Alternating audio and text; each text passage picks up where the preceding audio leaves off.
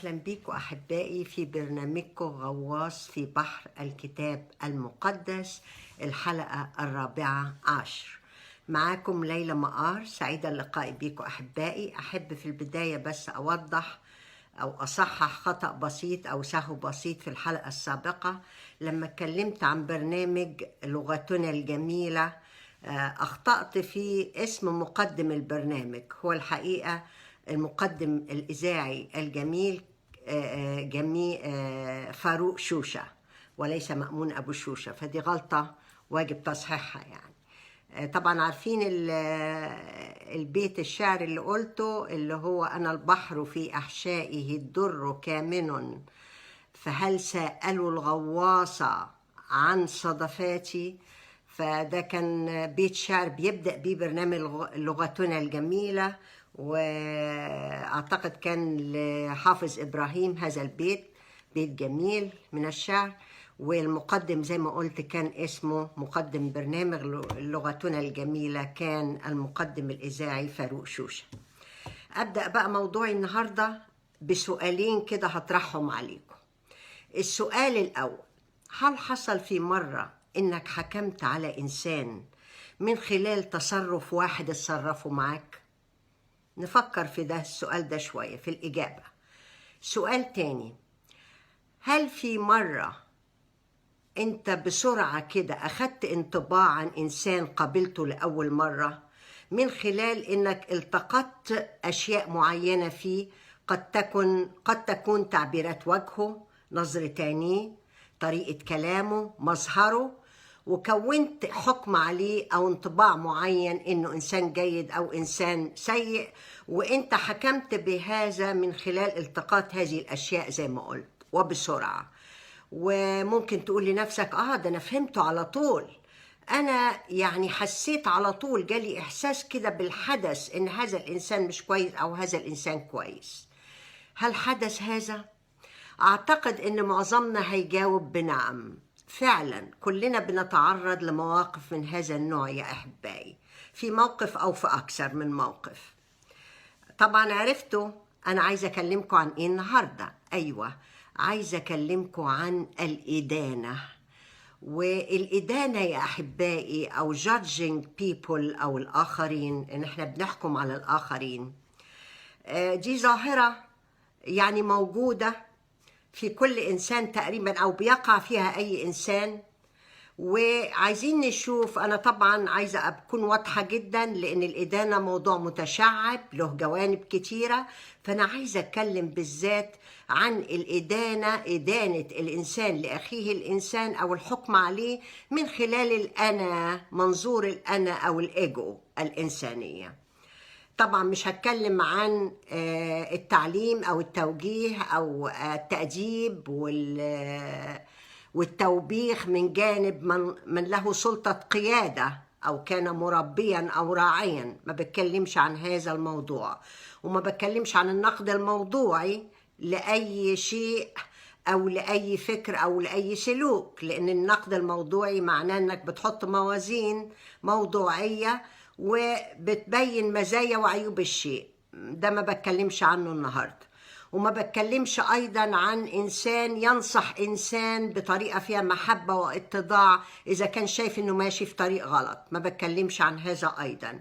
وما بتكلمش عن الدفاع عن الحق ضد هرطقات أو بدع، فده له مجاله وله أيضا. كل هذه الأشياء يا أحبائي لا أتكلم عنها اليوم، لأن هذه الأمور جميعها سواء كانت التوجيه والتأديب والتوبيخ، أو كانت الدفاع عن الحق، أو كانت النقد الموضوعي، أو كان محاولة مساعدة إنسان على أنه ينصلح طريقه، أو كل هذه الأمور يا أحبائي يجب أن تتم بفهم أولا، بحكمة ثانيا، بموضوعية ثالثا، وتكون في الوقت المناسب وبالطريقة المناسبة أو بالأسلوب المناسب نقوم بها. لكن تعالوا نشوفوا نشوف النهاردة إيه اللي أنا عايزة أكلمكم فيه. الإدانة بمعنى أن نحكم على بعضنا البعض. هل ده بيحصل يا أحبائي؟ تعالوا نخش شوية في مجال علم النفس وأكلمكم شوية في علم النفس، وده مجالي والباك جراوند بتاعي وتخصصي أكتر، أو العلوم السلوكية وعلم النفس. تعالوا نشوف بيقول إيه علم النفس عن الإدانة. بيقول إن الإدانة هي فكر، يعني إدانة بالفكر أو بالسلوك. والإدانة معناها الحكم على الآخرين، عادة ما يتم بتسرع، وأيضا من خلال الأنا أو من خلال وجهة نظرك الشخصية. وبيقولوا إن هذا السلوك سلوك متعب للإنسان نفسه وللآخرين. ليه؟ لأن للإنسان نفسه بينزلق بعد كده في أحكام عن نفسه أيضا.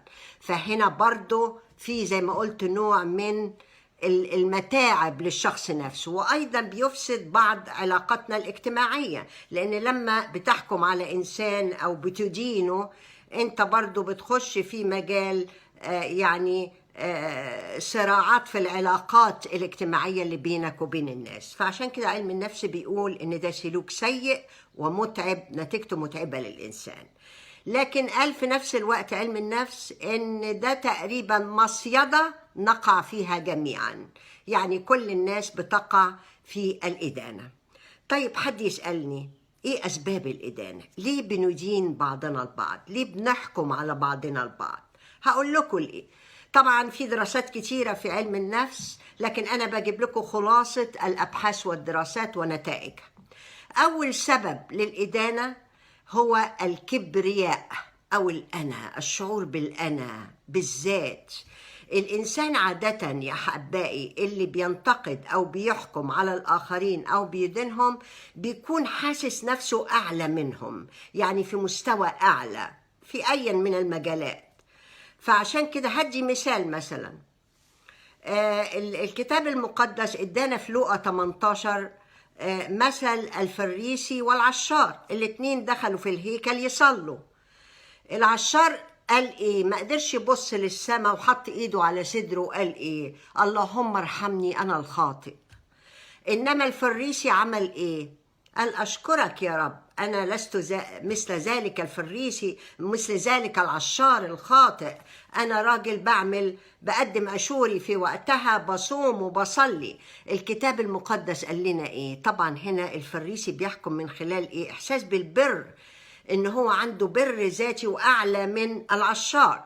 في النهاية الكتاب المقدس في هذا المثل زي ما قلت لكم لوقا 18 بيقول لنا ايه؟ ان العشار عاد الى بيته مبررا دون ذاك، يعني دون الفريسي. ده السبب الاول، الانا او الكبرياء.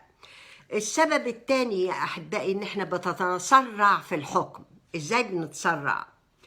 يعني لما بنقابل انسان او بنحكم على إنسان، عادة ما بنحكم من خلال مشاعرنا أولا، اللي بتتم بطريقة سريعة قوي. بنلتقط أشياء قد تكون تعبيراته أو إيماءات وجهه، قد يكون نظرة عينيه نفسها زي ما قلت، قد يكون مثلا مظهره العام، وبنحكم من خلال هذا على الإنسان. التقاط هذه الأشياء على فكرة ده ليه تفسير أكاديمي، برضو ليه تفسير في علم النفس. بيقول لك ليه بتحدث هذه العملية السريعة في الحكم على الآخرين؟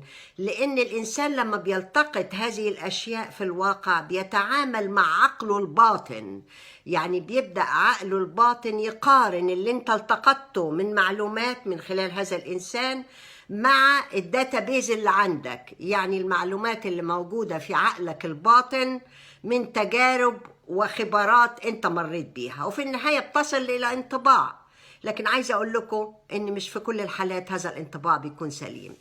في دراسات اتعملت كتيرة على الريجولار اكسبريشنز وتأثيرها في الحكم على الإنسان، وأيضا حاجة تانية في علم النفس اللي اسمها المايكرو اكسبريشنز. المايكرو اكسبريشنز دي حاجات بتتم في طرفة عين، يعني صعب ملاحظتها، لكن في نفس الوقت صعب تمثيلها أو صعب إنها تكون فيك، يعني عادة بتكون حقيقية. وبيقولوا إن كتير من الناس بيعتمدوا على الحدث بتاعهم في إنهم يكونوا انطباع عن إنسان عن طريق هذه التعبيرات أو تعبيرات الوجه أو نظرات العينين أو اللي بنسميها المايكرو اكسبريشنز. التفسير العلمي زي ما قلت ان اللاوعي هو اللي بيشتغل في هذا الموضوع، عشان كده في علم النفس ده بيسموه شورت كات، يعني بتصل الى نتيجة او الى انطباع او الى تكوين حكم دون ان تتعب من خلال اللاوعي ومقارنة ما التقطته بالمخزون في اللاوعي دون ان تمر على على الوعي بتاعك، يعني دون ان تناقش بموضوعية مجموعة من العوامل وتحلل الموقف صح عشان تصل إلى نتيجة معقولة أو موضوعية. ده التسرع. عايزة أقول لكم إن الحكم على المظهر أو التقاط أشياء بسيطة الإنسان والحكم عليه مش دايما بيكون صح، يعني لما بعد كده بتتاح لك فرصة معرفة هذا الإنسان أكتر وقضاء معاه وقت أطول، قد تصل إلى نتيجة في النهاية بعد شهور أو سنين من معرفة هذا الإنسان إن انطباعك الأول ما كانش مظبوط، ما كانش صحيح، أو قد يكون صحيحا لكن في حالات كثيرة ما بيكونش صحيح. زي ما قلت هو شورت كات بتستخدم فيه اللاوعي. هديكم مثال مثلا عن كاتب أو روائي روسي اسمه فيودور ديستوفسكي، عمل كتاب أو قصة لم تفوت مع الزمن، هي اسمها الإخوة كرامازوف، يمكن بعض منكم قرأ هذه القصة. بتتكلم عن أسرة روسية فيها عدد من الإخوات، كل أخ ليه طبع وليه شخصية، لكن في نهاية القصة إنه بيصل إن ما فيش إنسان كامل، يعني في خير كامل أو شر كامل، لكن دايما بيبقى الشخصية فيها متناقضات. مش مهم ده دلوقتي، لكن مهم المقولة اللي هو قالها فيودور ديستوفسكي عن نفسه. قال إيه؟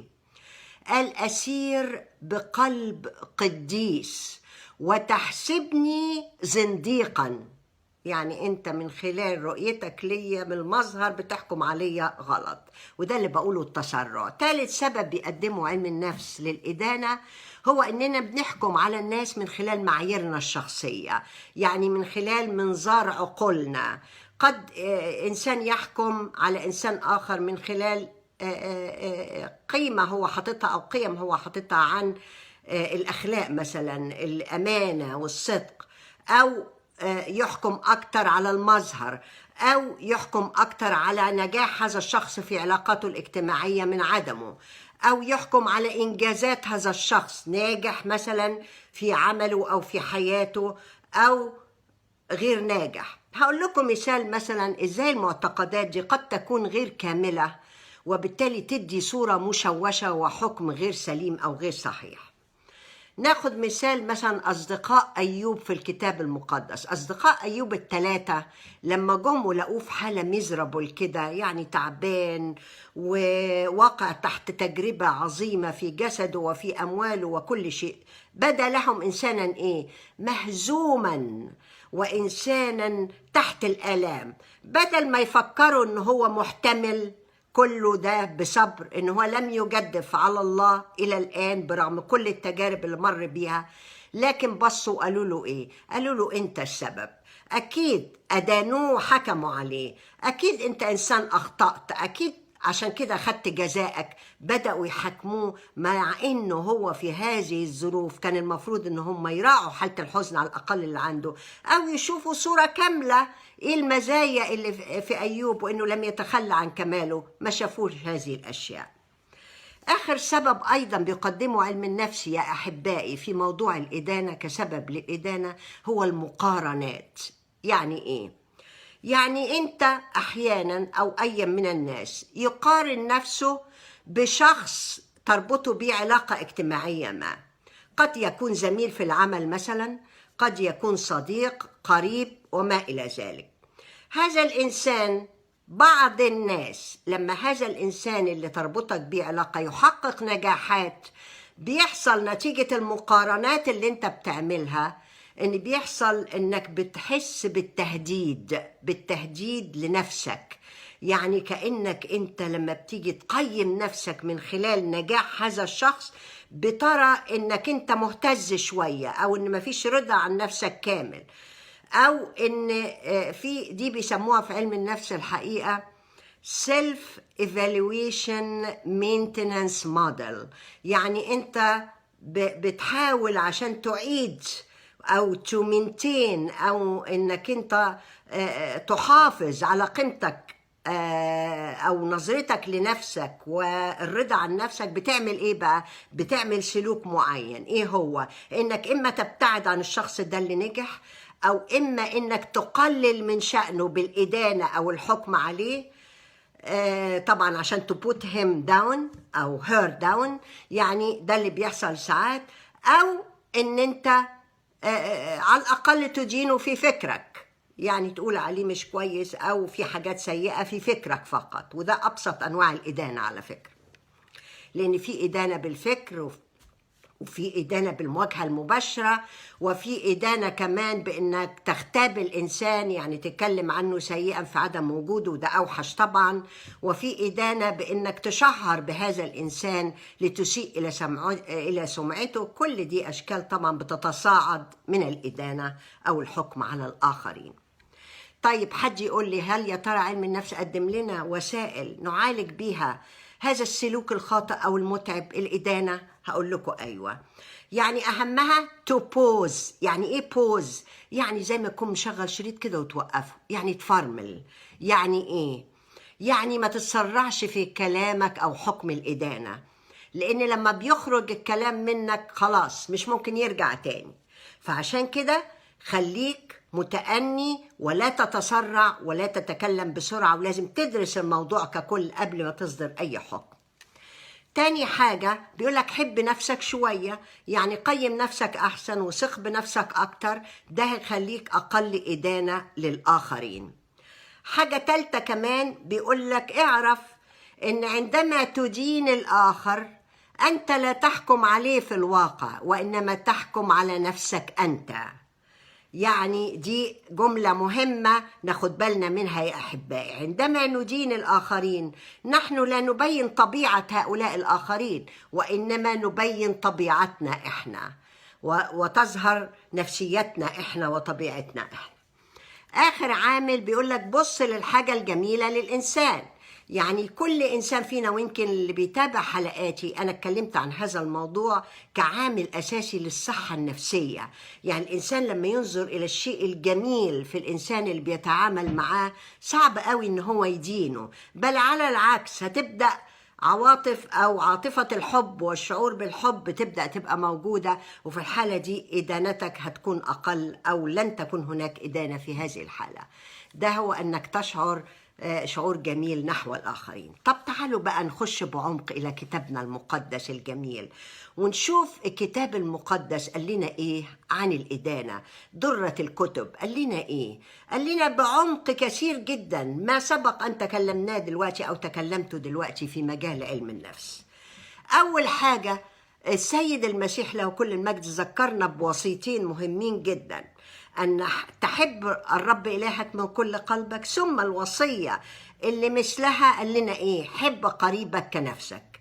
إذن يا أحبائي الحب هو العلاج الأساسي لموضوع الحكم على الآخرين أو إدانة الآخرين. لو حبيت بجد صعب إنك تدين حد. تاني حاجة تعالوا نشوف متى السيد المسيح في إنجيل متى 11:29 بيقول لنا إيه؟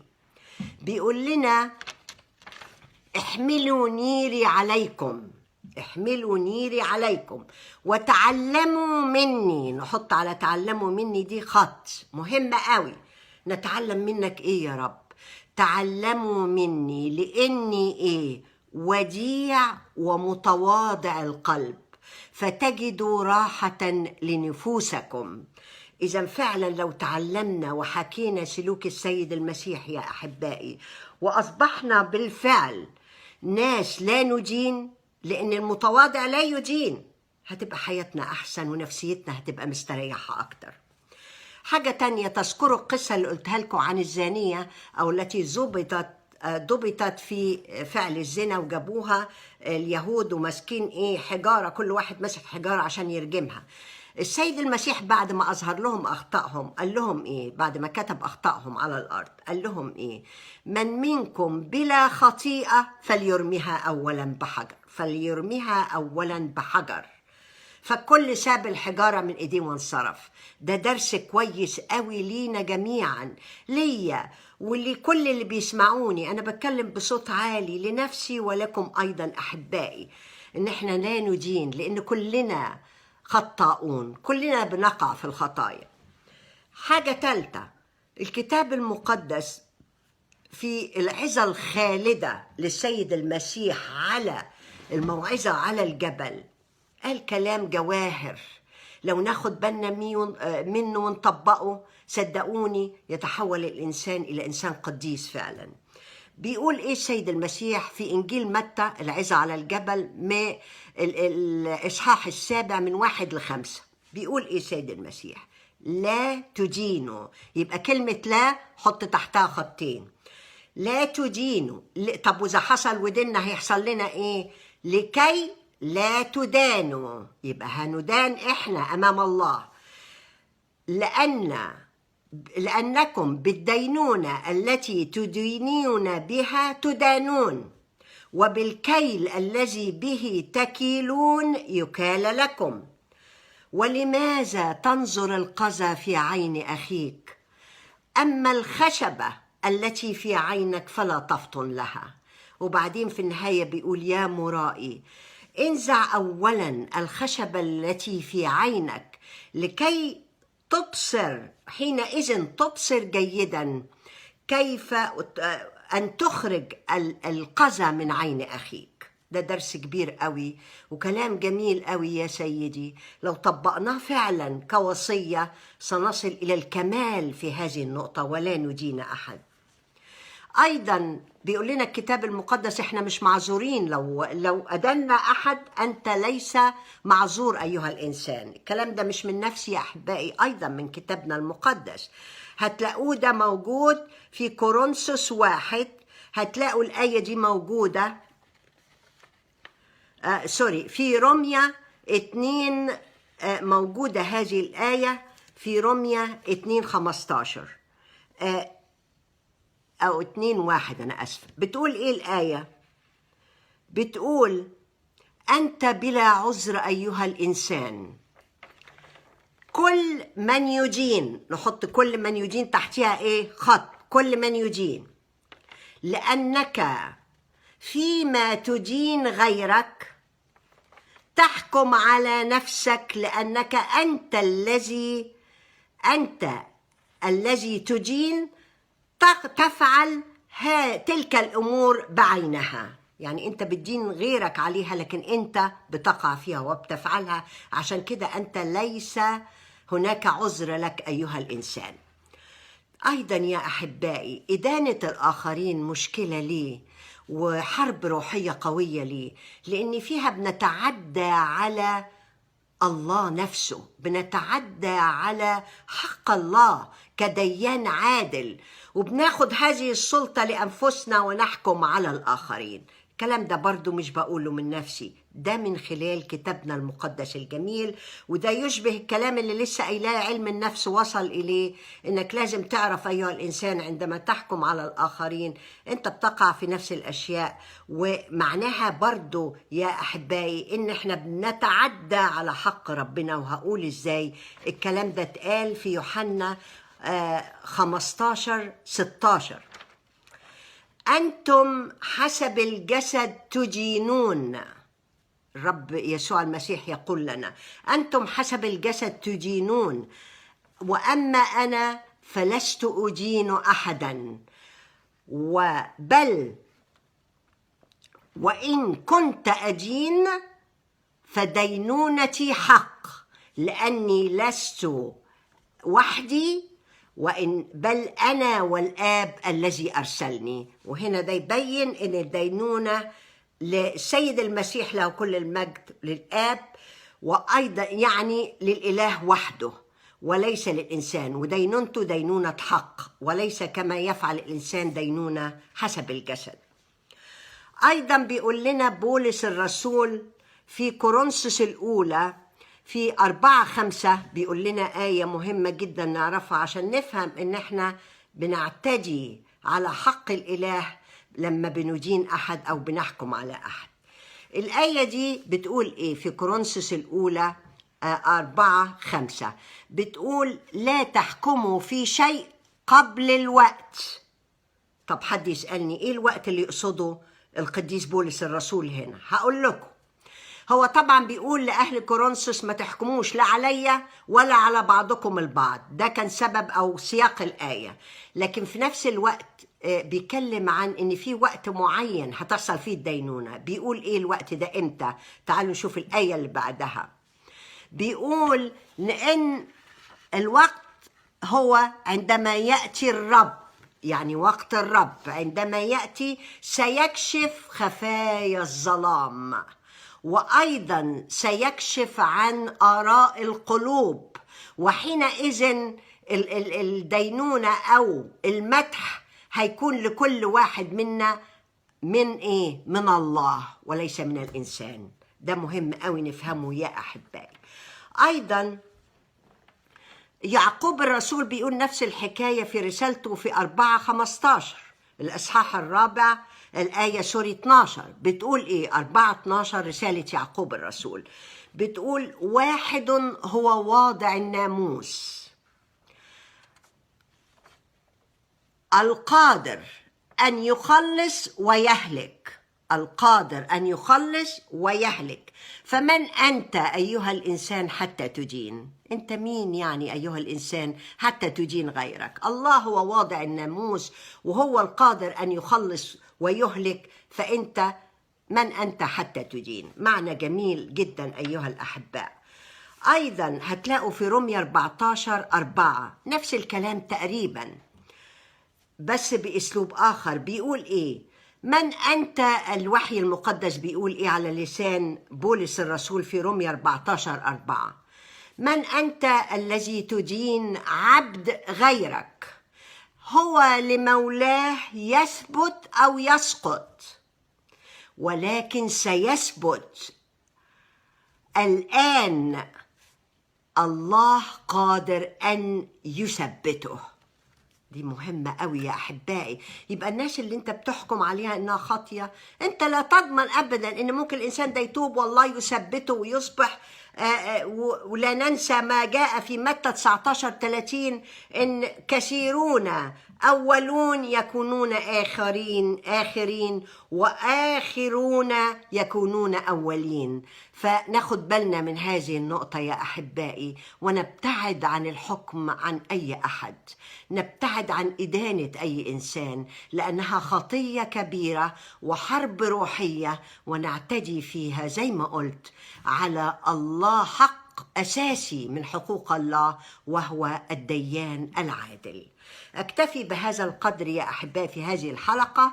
طبعا حلقة دسمة فيها مجموعة من الأفكار سواء في مجال علم النفس أو في شواهد كتابية، والكتاب المقدس كتير من الآيات ذكرت، فيمكن تراجعوها مرة أخرى لتستوعبوا كل ما فيها.